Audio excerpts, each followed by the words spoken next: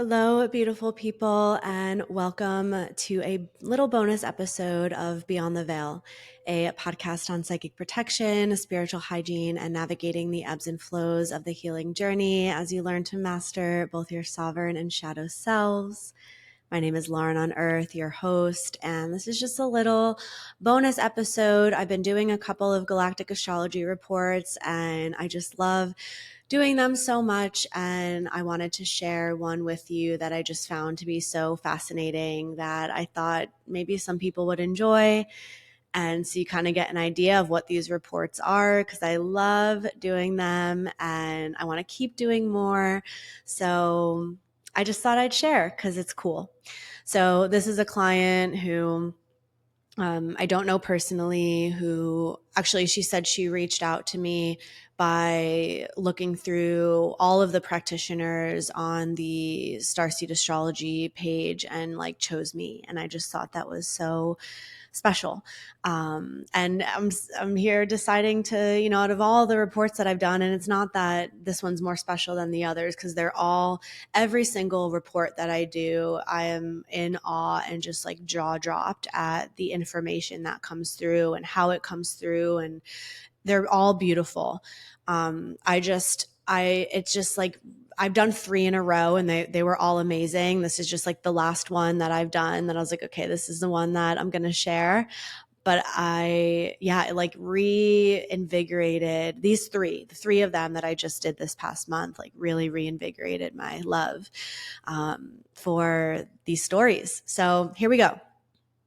I'm going to read off a screen. Like I have the report pulled up in front of me. So if you're watching on YouTube and my eyes are, looking glossy or something, just know that I'm reading a script. I'm not reading a script. I'm reading the report, like verbatim, word for word. Okay. So here's the beginning. Basically goes into explanations of like how to read your chart yourself. I'm not going to get into that here. We're just starting at the very beginning. So your entry point into the Milky Way was through the Lyran portal or M57 ring nebula. However, your soul came from the Andromedan galaxy, showing an origin before the Milky Way in one of the ancient star nations responsible for early cosmic seeding and wisdom transmission. A conjunction to Merak in Andromeda shows a direct soul migration from the Andromeda galaxy to the Milky Way. So you came through the Lyran portal from the Andromeda galaxy. Let's now look at your north and south nodes for a moment with these conjunct and opposing placements to Andromeda. The north node represents soul destiny and karmic future. And the south node, which is opposing Merak, which again is Andromeda, governs past life energy and deep-rooted soul memories. So she had a conjunct placement with her north node to Andromeda and then an opposing placement to Andromeda with her south node. Basically, conjunct means that you've, really integrated and transcended the energy of that star system, and opposing means you're still working on that. You've got some karma to move through potentially, or it can also indicate a visitation to a star system where conjunct is more likely that you did live there. So this opposition indicates a departure from Andromeda, suggesting that you were highly evolved there before transitioning to the Milky Way. It also signifies a strong pull toward remembering your Andromedan wisdom and channeling it through you in this lifetime. Now let's explore your first incarnation as a human being on Lyra. On Lyra, there is the M57 ring nebula, which is the portal you came through to the Milky Way, an interdimensional vortex that gives easy access to a multitude of destinations, not only within our galaxy, but even to other galaxies and universes. You can think of it as an international airport, allowing you to travel to faraway destinations in other countries, while some portals, like a municipal airport, can only take you to places within the galaxy or countries if we're talking airport. So just a side note, Sirius has a portal like a municipal airport, whereas like Orion and Lyra had these intergalactic, interdimensional, international airport type portals. It has been of great interest to many races for eons, especially the neighboring Draconian Empire. It is a strategic point to be in charge of, and many wars have been fought over this precious portal, the one you came into this galaxy from. To this day, there are a multitude of reptilian races that oversee it, and they now occupy the nearby planets in Lyra. But in ancient times, before the takeover, it was an intergalactic hub that allowed souls to travel to other realms, dimensions, and universes. The golden age of the Lyra civilization was eons ago, but they were the original seeders of humanity. It was the start of the human race in the Milky Way.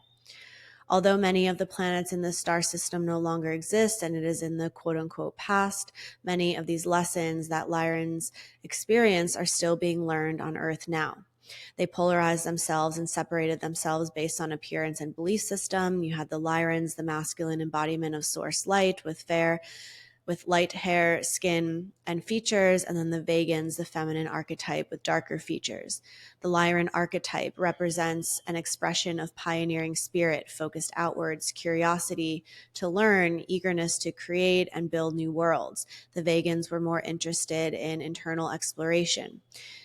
They had a connection to the memory of source before fragmentation, and they wanted to return that to a state of unity. The Vegans have a highly developed psychic attunement with creation.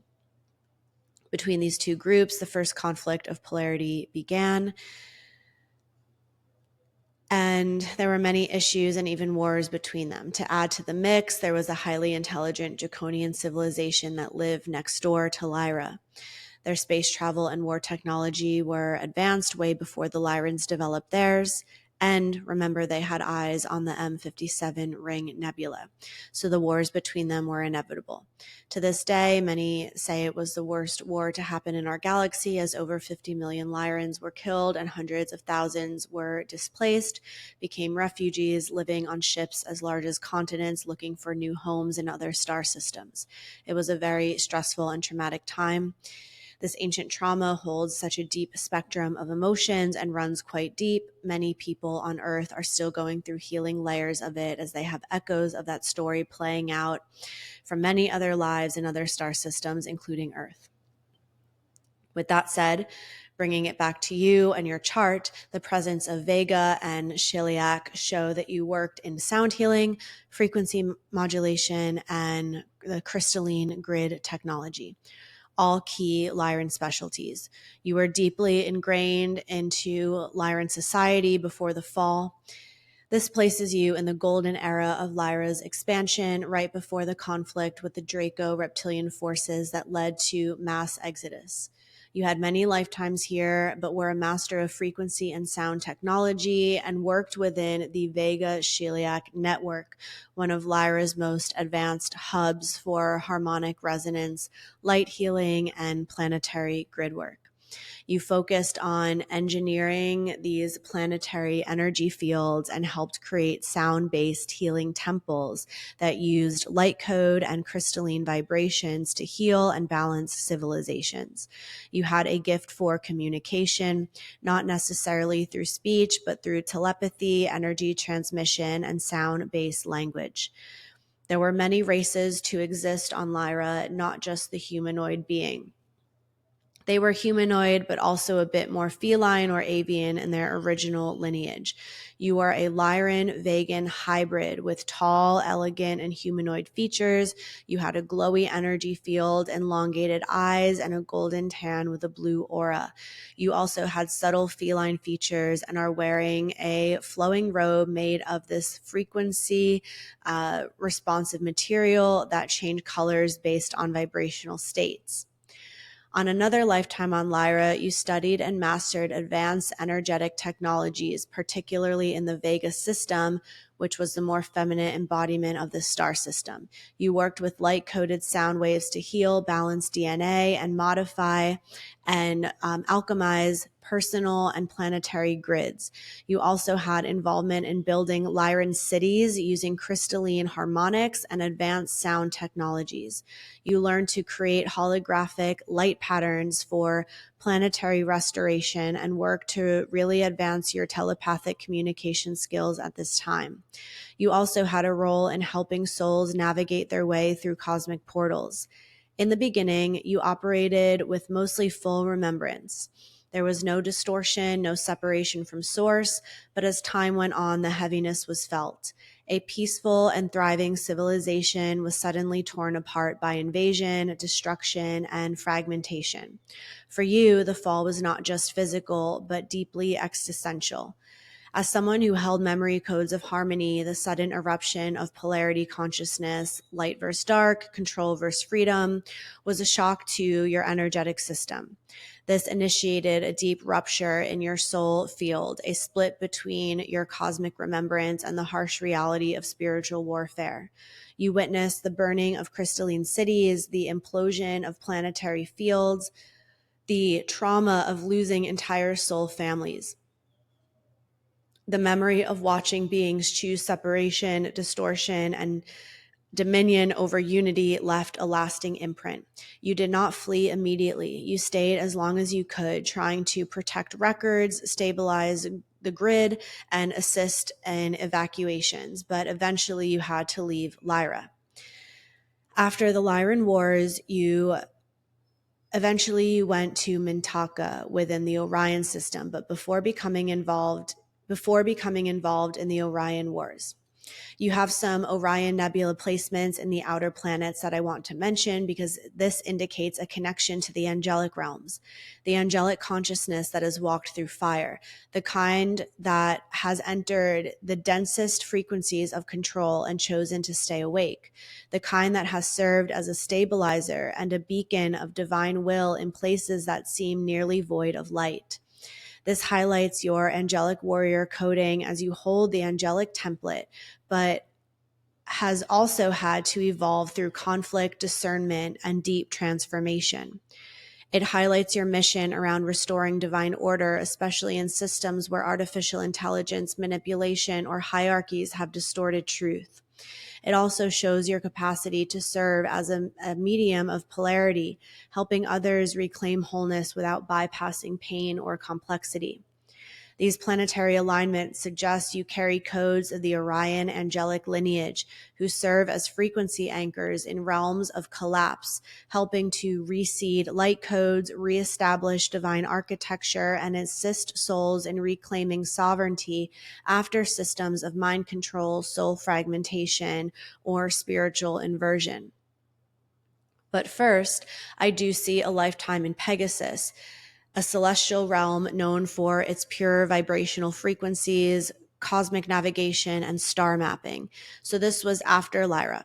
Pegasus beings often served as architects of interstellar pathways, designing these energetic templates for star systems to form and evolve.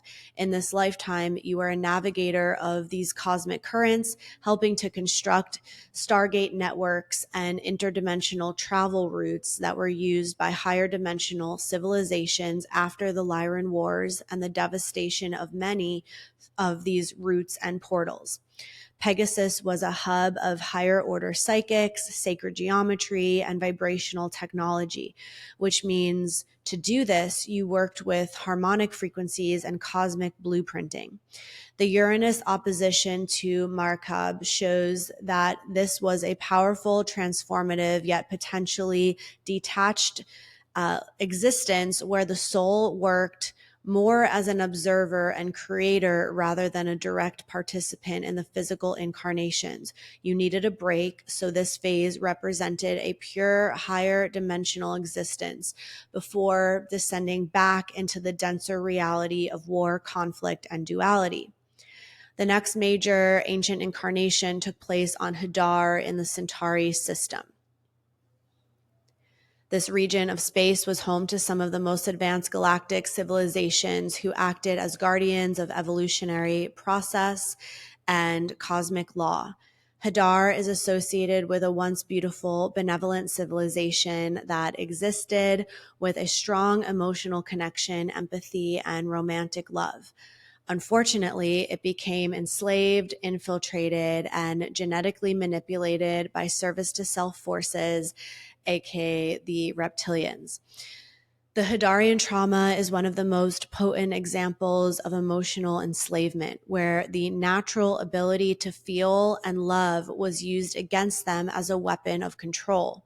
The astrological placement connected to this is so significant as Neptune rules the spiritual unconscious, dreams, illusions, spiritual connection, and the collective emotion. It represents the soul's yearning to transcend, to merge with something greater, and to access the infinite. Neptune in Scorpio is in Scorpio, which intensifies these themes of emotional depth, psychic sensitivity, karmic entanglement, sexual trauma, and death and rebirth cycles. The Centaurians are light-based beings who expressed gender as a spectrum and an essence rather than a biological form. So in this incarnation, you expressed more of a feminine, energetic quality, receptive, magnetic, deeply intuitive, and harmonizing. But you are also seen as balanced, holding both masculine and feminine codes. Your purpose was stewardship of universal harmony, to anchor codes of unity, oversee the balance of interstellar ecosystems, and support the healing of fragmentation that had begun to ripple outward from the fall of Lyra. You were a healer and transmitter that fell under the influence of false light, only to later awaken and shift roles toward liberation and healing. On Hadar, you did suffer emotional betrayal, loss of spiritual innocence. You were manipulated and compromised by forces that distorted love into dependence and sacrifice. You held high vibrational emotional templates that were weaponized, yet you still carried a dreamlike longing for unity, pure love, and emotional merging. And you are still now working through the illusions around what love actually is. You experience firsthand the psychic devastation that occurs when love is used as a tool for bondage. Neptune's presence makes the memories diffuse, meaning Neptune energetically blurs, softens, and veils conscious access to information. It makes it harder to bring to the surface, like the thought of something important happened here, but I can't quite name or explain it. On Hadar, you experienced emotional exploitation, betrayal, and manipulation through romantic entanglement and spiritual contracts that blurred love and control. This was followed by reclamation work on Antares, the heart of the Scorpion, which is a gateway for shadow transmutation, warrior training, and soul sovereignty. You spent time there to recalibrate and heal after the traumatic experience.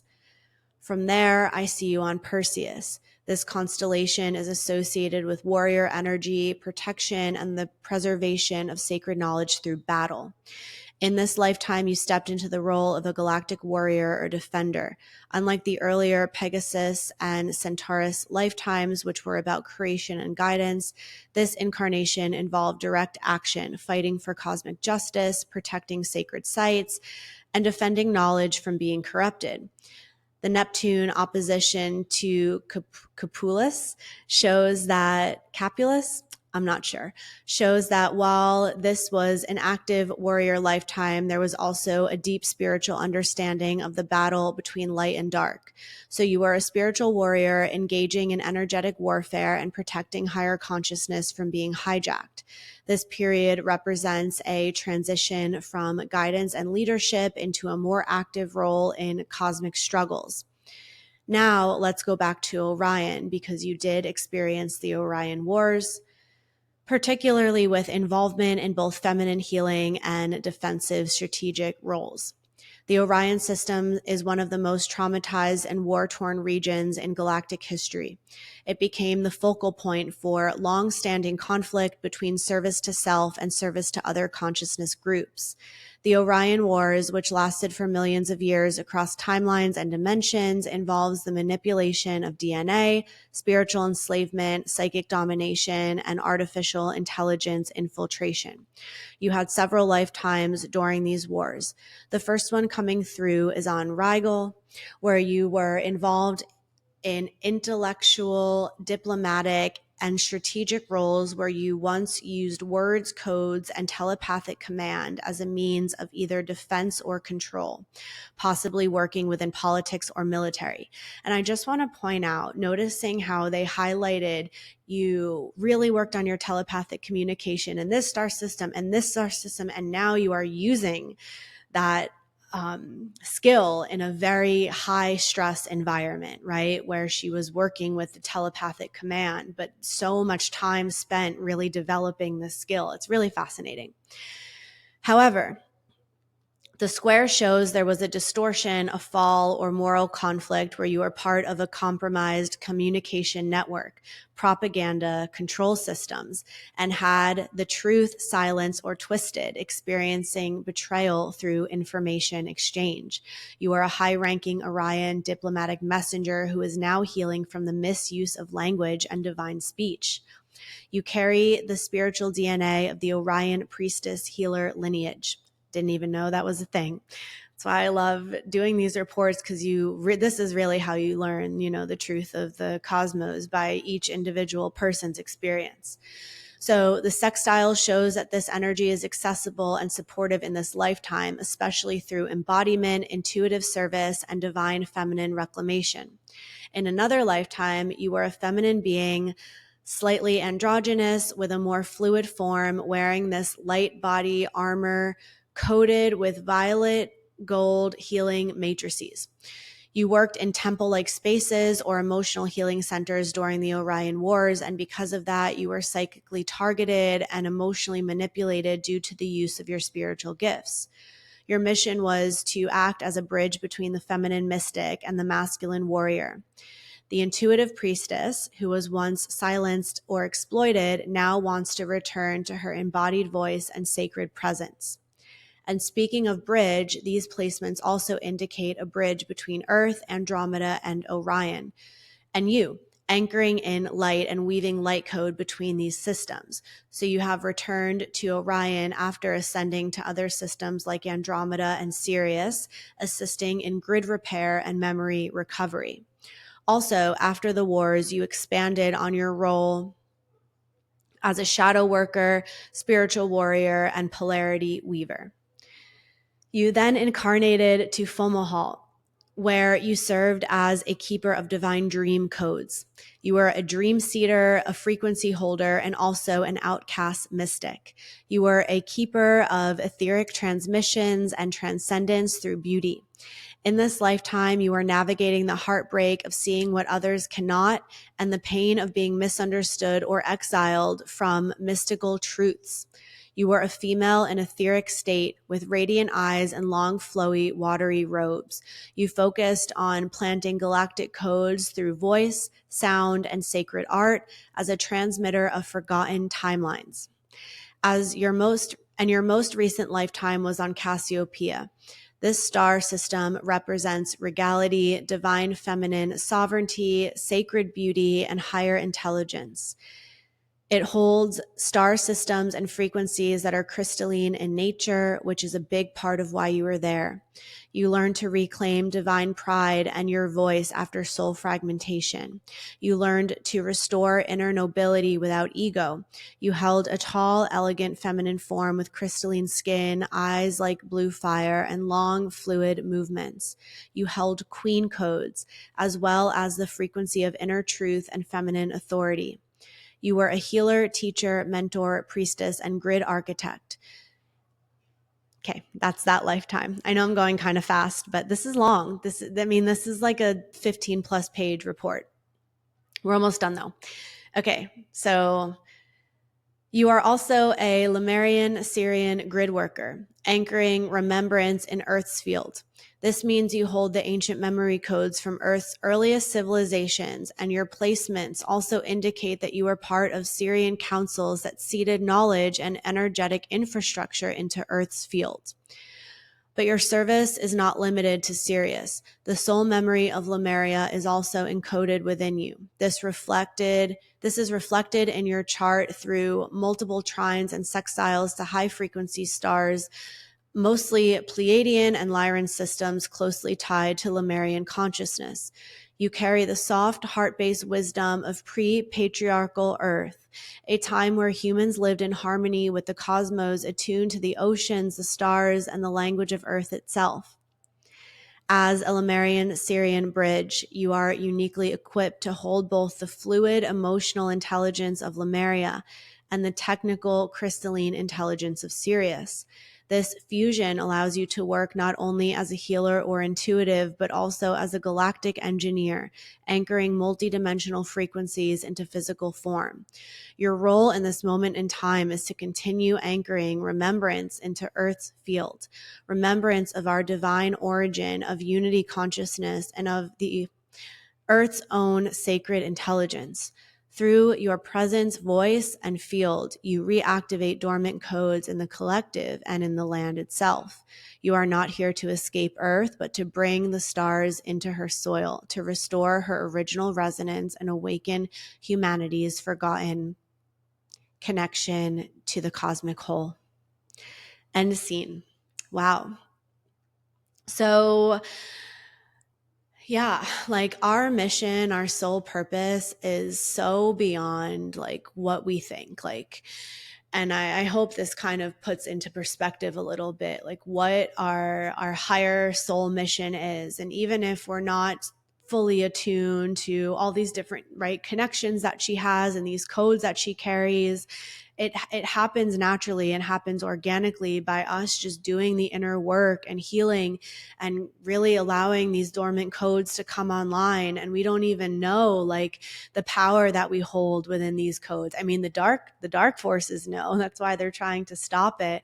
But I just hope that sharing this report helps to maybe put some pieces together for you guys in terms of, you know, the work that you're really here to do and expand you in a way of like what else is out there and who am I and what is my, you know, unique path and what codes do I carry. And so I would love to do a report for you and bring that story through. So you can find this on my website. I will also link it in the show notes. The reports, like I said, they're written.